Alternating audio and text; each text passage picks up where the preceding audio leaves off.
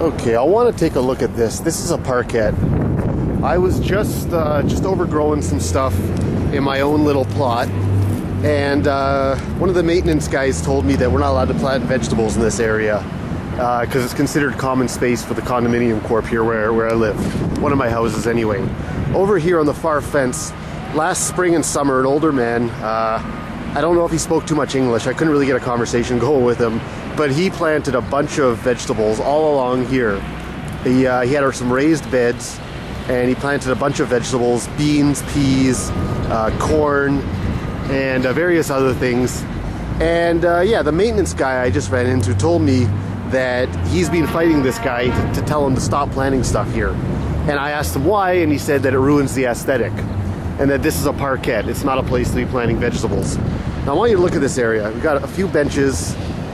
We have this old thing that's supposed to spray water, but it's got like these little spouts thing, supposed to spray water, but it hasn't worked since I was like 7. And then this used to be a playground, but they tore it apart, and now it's a rink that nobody uses. It's like a little like street hockey sort of rink.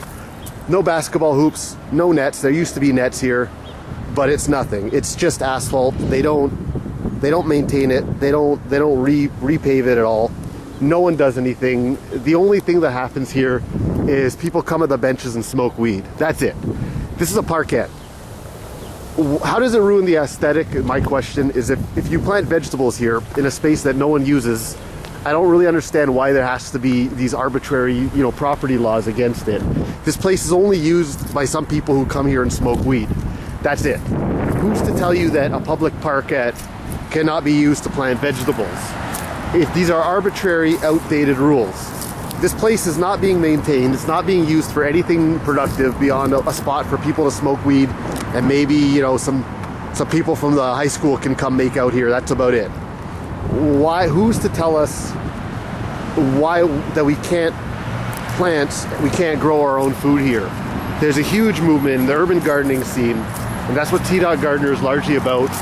There's a huge movement to reclaim spaces like this, spaces that aren't used, are neglected by the city and by condominium corporations, by homeowners, and reclaim it to actually have an authentic and productive use, particularly in the day and age of global food crisis. It's ridiculous, and hopefully we'll be able to fight this tooth and nail. It's going to happen all over the city, all over the world as well.